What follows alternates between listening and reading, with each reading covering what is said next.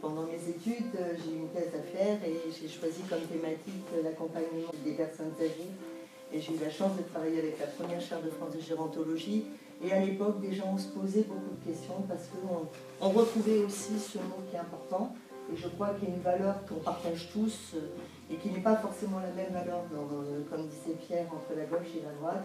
C'est la valeur de la solidarité avec nos aînés. Ceux qui aujourd'hui disent que la gauche et la droite c'est la même chose, qu'aujourd'hui la gauche et la droite c'est dépassé, ils se trompent, car c'est vrai, la notion de solidarité et de charité ce n'est pas la même chose.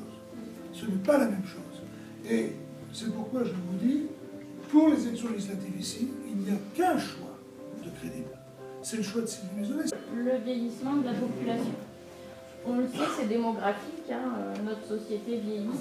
Et aujourd'hui, si on ne se pose pas la question de comment on va faire face à ce vieillissement, on ne sera pas capable d'y faire face au fur et à mesure qu'il va avancer dans le temps. L'objectif principal de tout ce que font les associations des personnes en situation de handicap, c'est leur donner le plus d'autonomie possible, leur donner le plus de compensation possible pour qu'ils soient autonomes et pour qu'ils puissent vivre comme n'importe quel citoyen.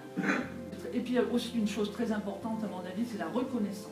La reconnaissance du travail en gériatrie. La gériatrie est une vraie spécialité et est très mal considérée. Tant qu'on n'a pas été confronté à la fin de vie d'une personne âgée ou au vieillissement d'un proche, je pense qu'on ne se rend pas compte du travail que cela représente de s'occuper de quelqu'un à longueur de journée.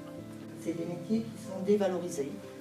Dévalorisés financièrement, pour un travail et une générosité, moi je trouve énorme, en direction de nos aînés qui ont besoin de rester chez eux et de vivre dans la dignité et de rencontrer des gens, parce que là aussi c'est du lien, c'est rompre l'isolement.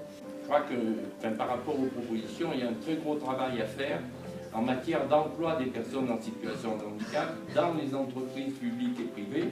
Donc il faut vraiment travailler en concertation avec celles et ceux qui ont des compétences pour justement s'en inspirer.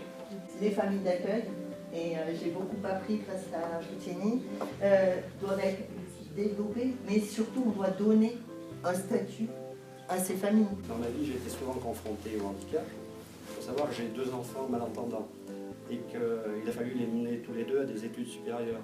Donc ça n'a pas été un long fleuve tranquille. Et j'ai eu la chance de rencontrer des gens qui, à des moments donnés, ont été capables de faire des prises en charge. Sylvie était là dans une équipe éducative, par exemple. Nous avons fait 3 rencontres citoyennes. Et là, c'est comme ça qu'on regagnera la confiance auprès des gens. Je pense qu'ils méritent un bel applaudissement parce qu'il va falloir qu'ils aient du courage et du mérite.